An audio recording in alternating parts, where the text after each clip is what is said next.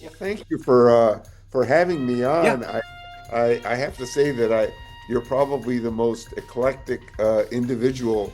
I understand you've got all this jazz stuff, and then you've got all these different things, and you seem to be a very curious person about a whole host of things. Yeah. Yeah, I'm kind of like a cat. It's like that curiosity just courses through my blood. This is one of my original paintings too. I do paintings and just published my first book about a couple years ago. So I just remain curious and absolutely love interviewing everybody from around the world in different professions. It's just fascinating to me, and it's restored my faith in the fact that we get fed that we're all so polarized and so disparagingly different, but I believe that we're all way more alike than the media and popular culture would allow us to believe.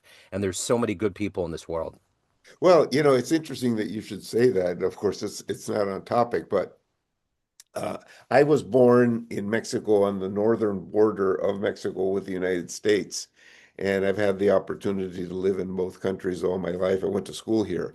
Um, and one of the things that I've always found remarkable about the United States is how many good people are here. Yeah. I've had the blessing of being able to travel all over the world, and I do believe the people in the United States are the nicest people uh, anywhere. I know that we're going through a lot of travails now Yeah. and a lot of questions about that. But it's.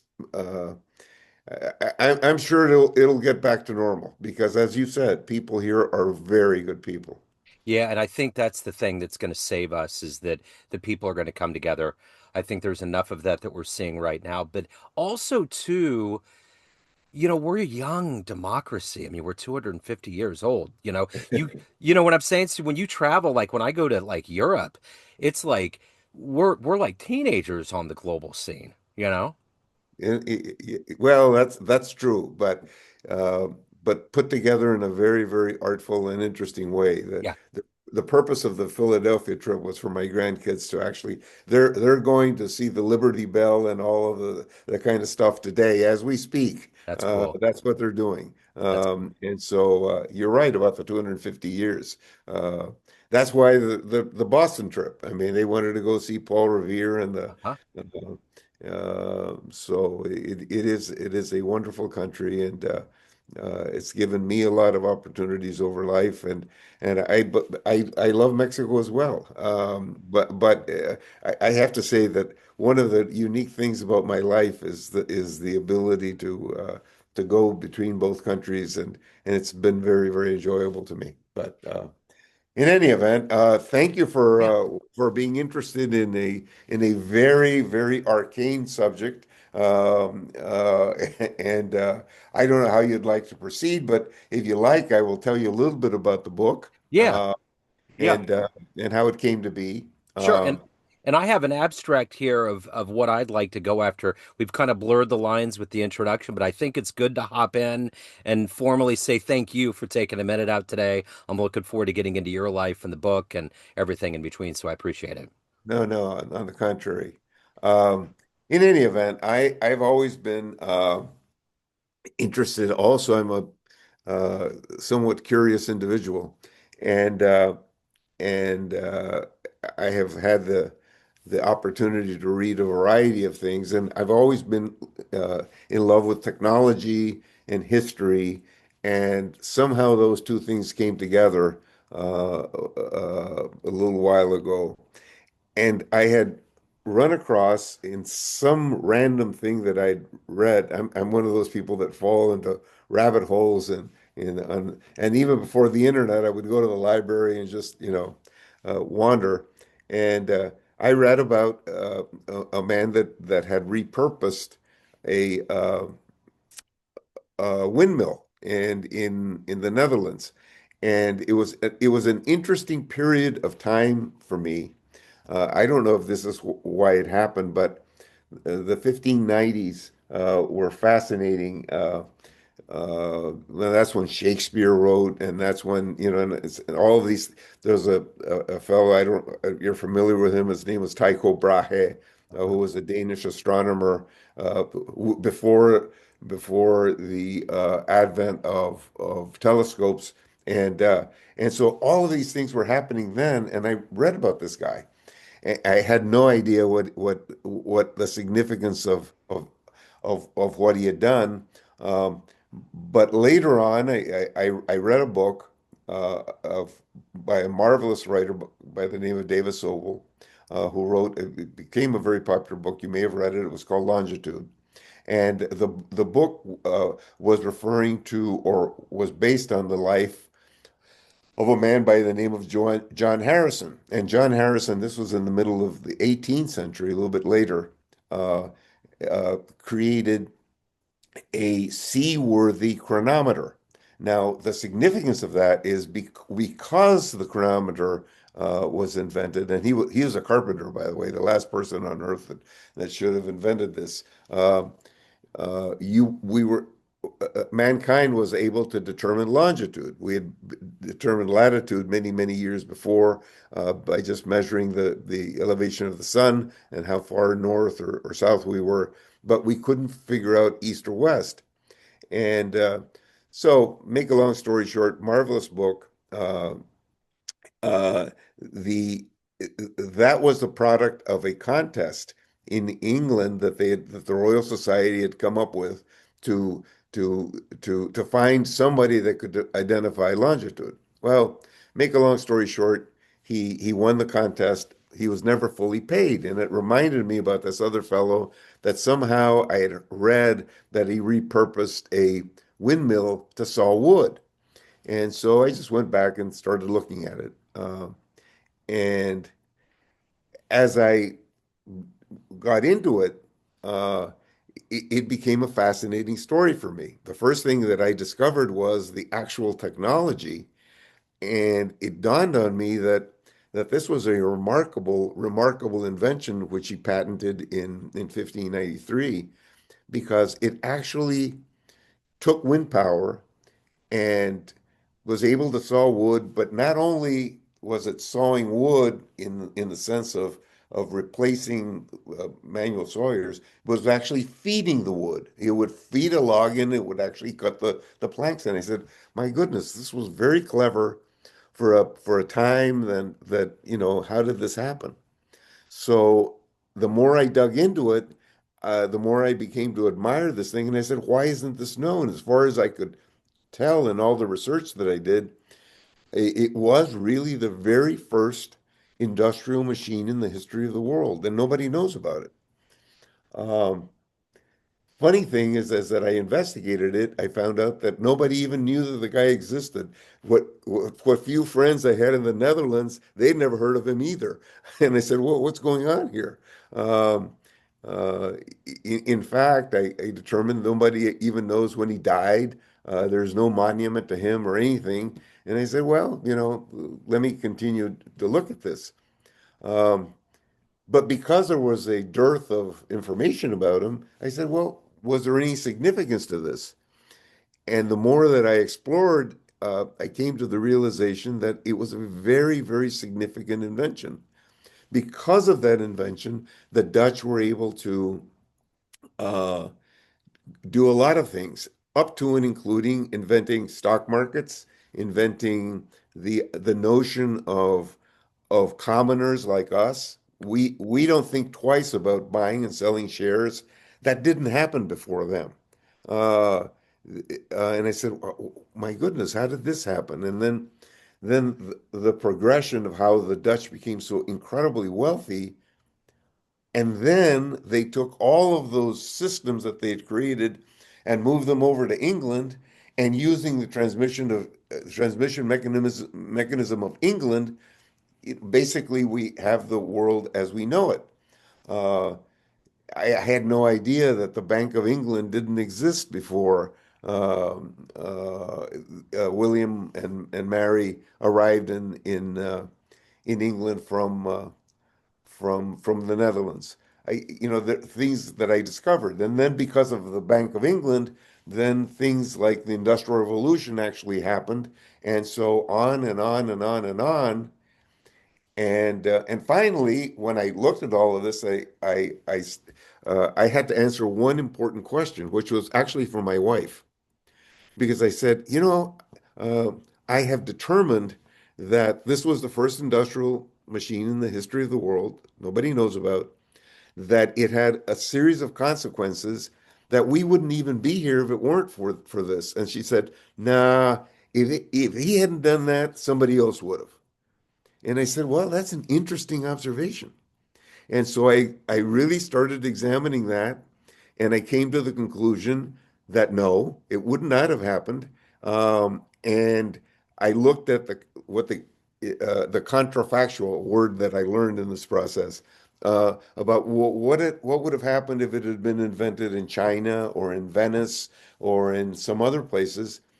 And I came to the firm conclusion that it was because it was invented at that time and at that place that we arrived where we are. It's a little bit like saying it almost reminded me of the movie It's a Wonderful Life.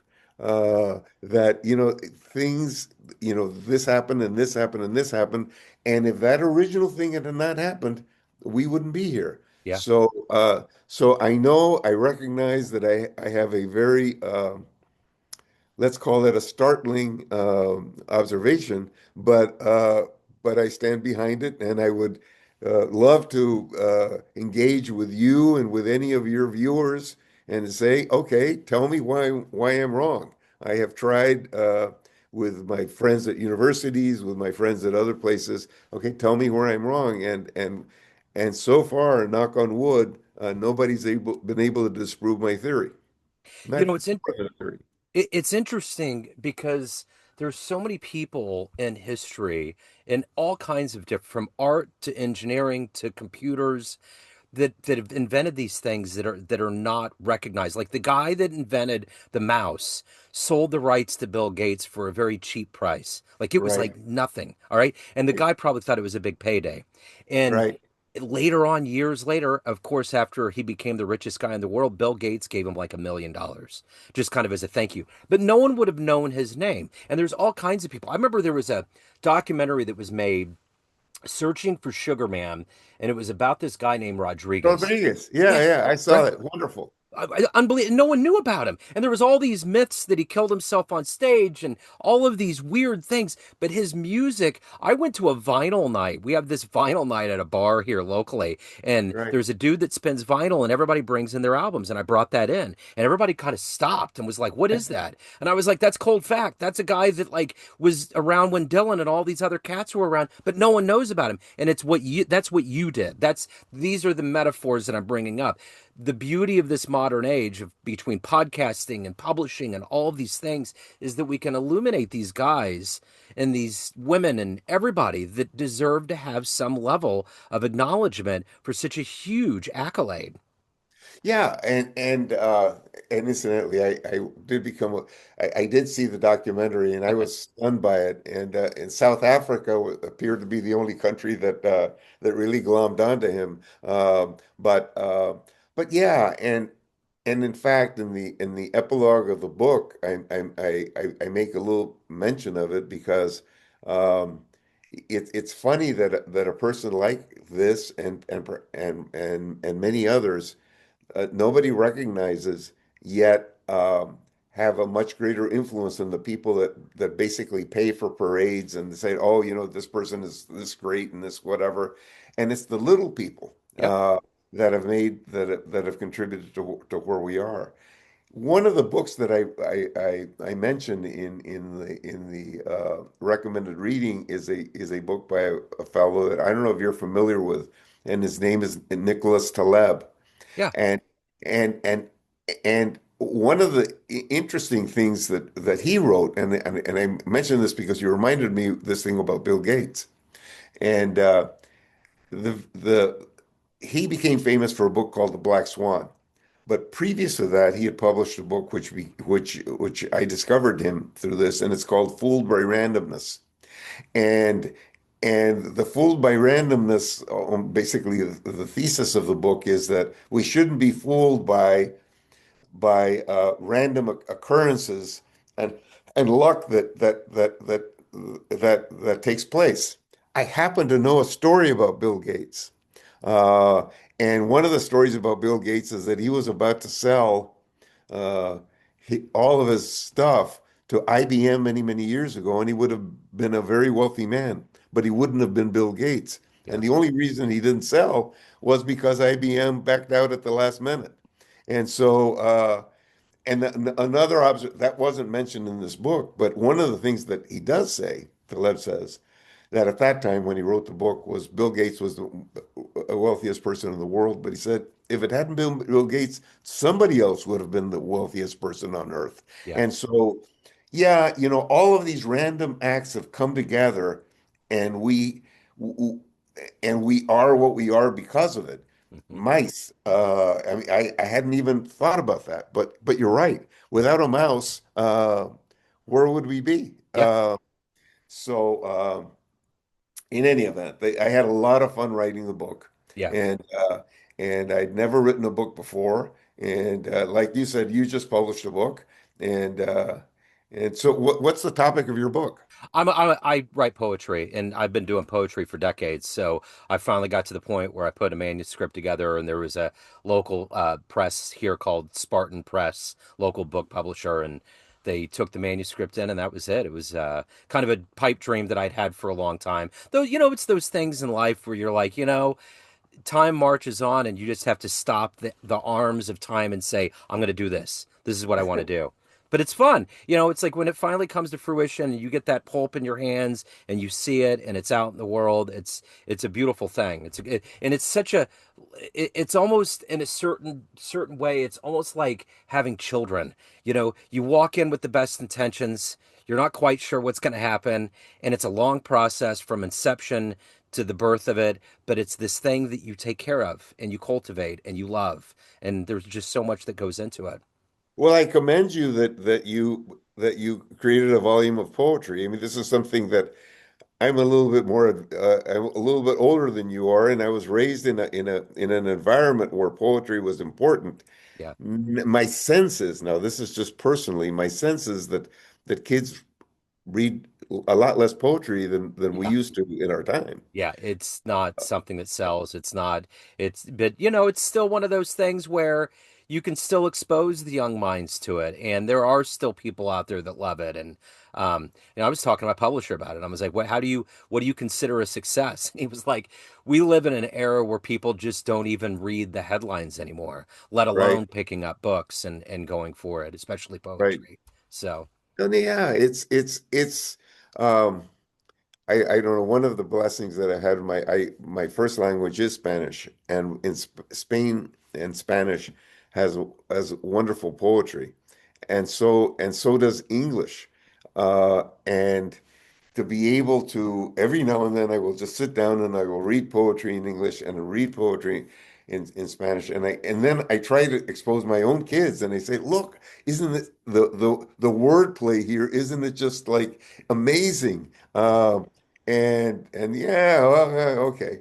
I even have resorted to say, okay, let's talk about Broadway shows. I would say, no, look at this, and uh, uh,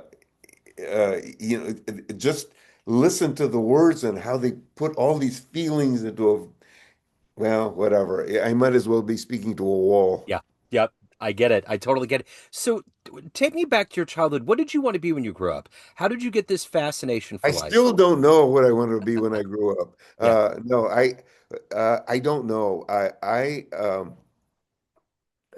My father always wanted me to be an engineer. We come from a town in northern Mexico called Reynosa, where the important people were engineers, and they worked for a petroleum refinery there. And so I eventually went to the University of Texas in Austin, Texas, and uh, and I got an engineering degree. I started in mechanical engineering and eventually got a degree in architectural engineering, only because I felt a little bit more creative in that respect. Then I went back to Mexico and Mexico City, and I worked in the advertising department of all things with Procter and Gamble in Mexico. And that gave me a little bit of an outlet in terms of what little talent I might have, or at least desire in the area of creative stuff. And so I've just uh, been able to bounce around and been very lucky in a variety of ways. I actually wound up in the Spanish language media industry, and I came to the United States for that. And and then I was lucky, and I was able to retire reasonably young. And now I just hang out with my grandkids. That's basically what I do. That's Uh, wonderful. So let's say you had a dream tonight. You ran into the 18-year-old version of you, and you went up to a film projector next to that young version of you and hit play, and it was a highlight reel, 60 seconds of the life you've lived. Would that young version of you believe that your life turned out this way? uh,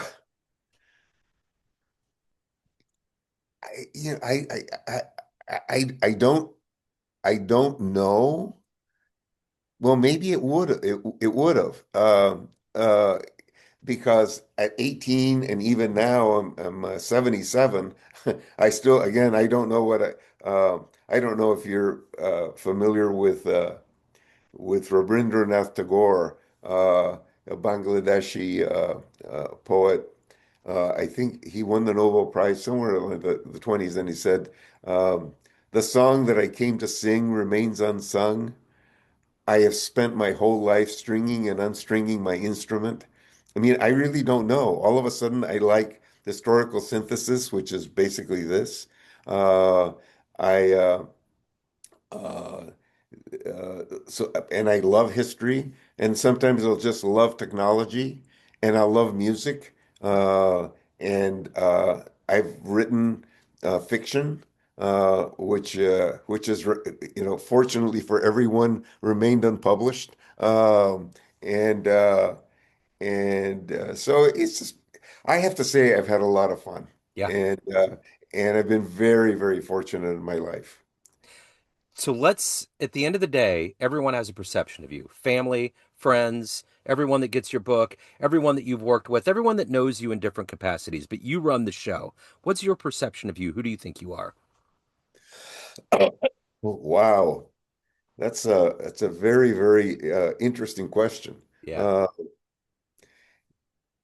um, Gosh, I think I would love to be able to reflect on that but I have no immediate answer. I sure. wish I were to have an immediate answer. Um, I I'm reasonably, I would consider to be sane. My wife and I will be married for 52 years Wow. this year. So, we're just normal people in an environment of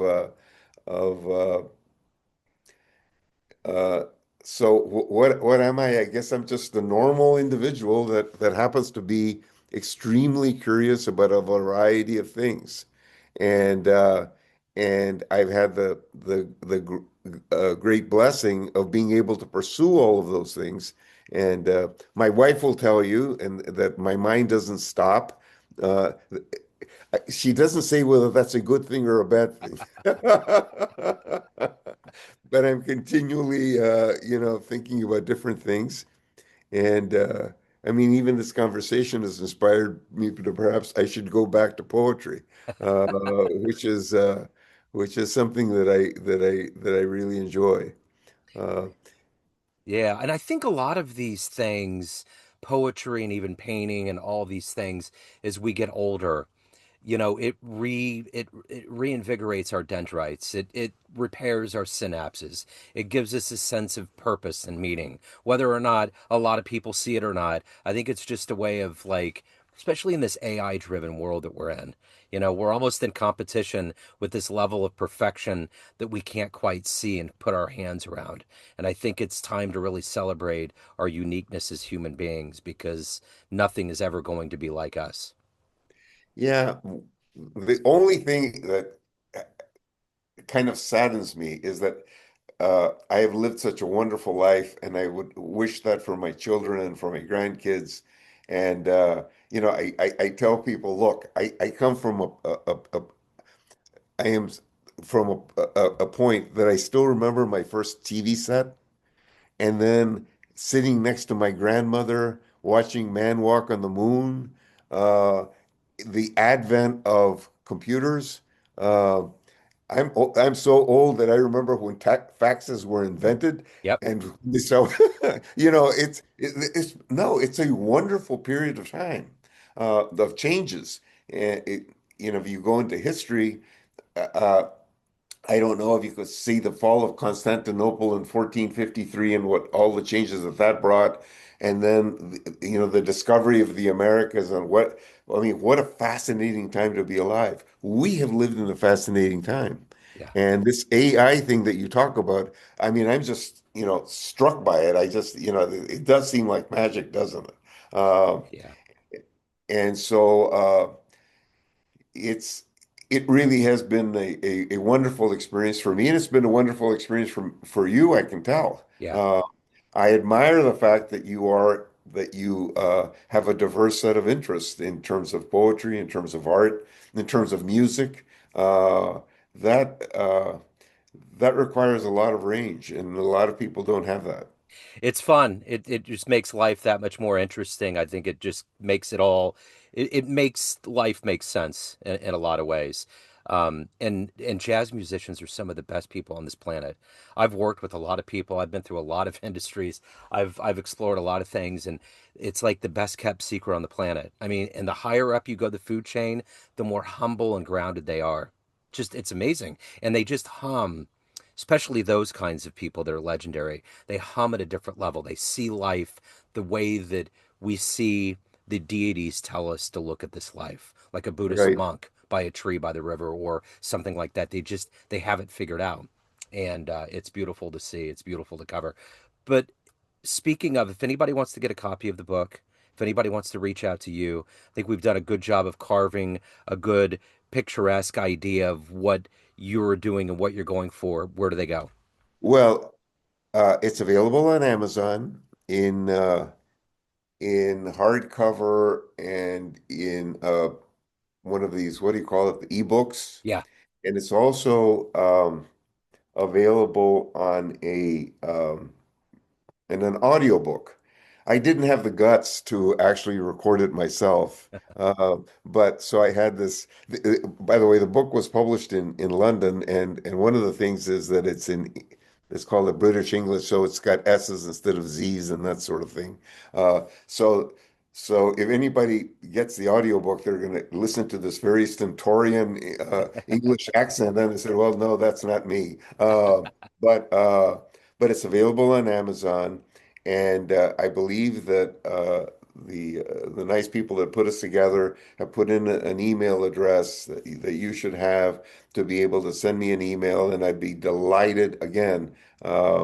I have a nephew at a university, a technical university, and I said, listen, I want you to get all of your smart friends together in a room, and I want you to put them all together, and I would love to debate this thing. I mean, I just want to hear about it. And so I would really enjoy hearing from people that to have the opportunity to tell me how full of it I am, and I would appreciate that greatly. That would be very enjoyable for me. Well, I doubt they'll do that. I think they're going to be quite the opposite. It's wonderful. I love the story. I will put all these links in the show notes. This has been an absolute joy. Thank you so much. I'm glad that we arced into our orbit for a bit. Thank you very much, Joe. It's Yep. been a delight for me as well.